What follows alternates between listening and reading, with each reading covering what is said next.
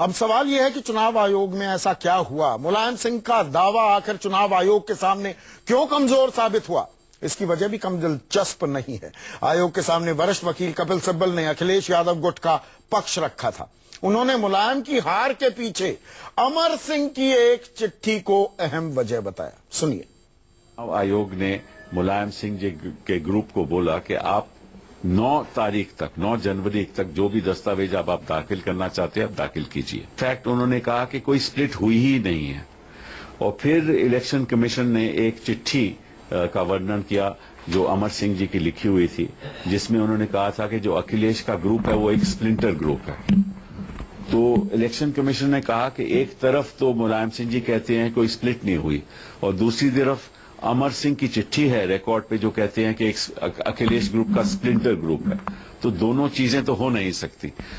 तो इसलिए हमें ये सोचना होगा और इस पे फैसला करना होगा कि किसके पास बहुमत है, भारी बहुमत है। तो भले ही इलाज कराने के लिए अब मार्च तक लंदन जा रहे हैं अमर सिंह, लेकिन कलह जहां हो अमर सिंह का नाम कहीं ना कहीं जुड़ ही जाता है। वैसे समाजवादी पार्टी के घमासान के बीच आज मुलायम सिंह यादव ने बेटे अखिलेश पर बड़ा आरोप लगा डाला। मुलायम ने कहा कि मुख्यमंत्री अखिलेश के कामकाज से समाजवादी पार्टी की छवि मुसलमान विरोधी पार्टी की बन गई। बेटे को भी ये बात नागवार गुजरी। अखिलेश ने फौरन मुसलमानों के फायदे को लेकर उठाए गए कदमों की लिस्ट जारी कर दी।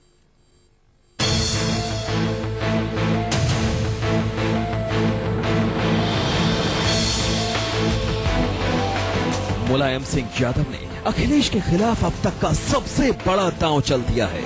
ये वो दांव है जिसे मुलायम हमेशा अपने धुर विरोधियों को पटखनी देने के लिए आजमाते थे, लेकिन इस बार इसका इस्तेमाल अखिलेश यादव के खिलाफ कर डाला। एसपी के लखनऊ दफ्तर में मुलायम ने अपने समर्थकों के बीच कहा, अखिलेश ऐसा कर रहे हैं जिससे ये मैसेज जा रहा है कि वो मुसलमान विरोधी हैं। अखिलेश जावेद अहमद को डीजीपी नहीं बनाना चाहता था, लेकिन मैंने बनवाया।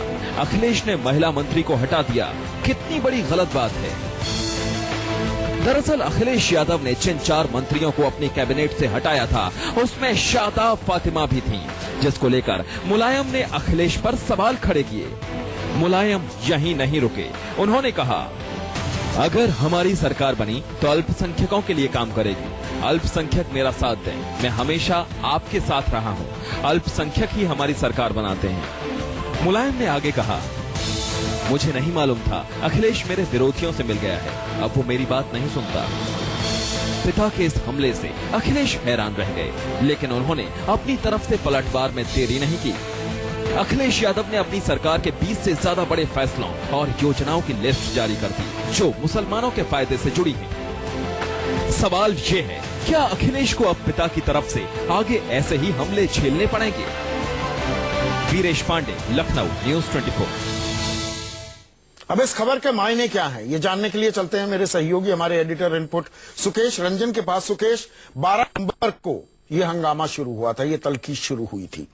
2 महीने लगभग 5 दिन बाद आज साइकिल का चुनाव चिन्ह, पार्टी की पूरी बागडोर अखिलेश यादव को मिल गई है, लेकिन इतना वक्त जाया भी हो गया। ये डैमेज कंट्रोल कर पाएंगे? मजबूत गठबंधन बन पाएगा?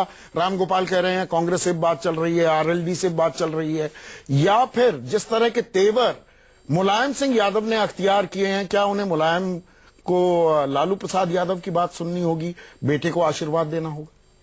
अभी की खबर दे दूं, शिवपाल यादव जो मुलायम सिंह की जो पार्टी है उसके अध्यक्ष समझिए शिवपाल यादव है, उन्होंने लोकदल के जो अध्यक्ष हैं सुनील सिंह, जिनसे पहले भी उनकी बातचीत हुई थी, जिसका निशान जो है वो हल जोतता किसान है, उनसे बातचीत की है। तो वो इस तरफ इशारा करता है कि मुलायम सिंह शायद माने नहीं है।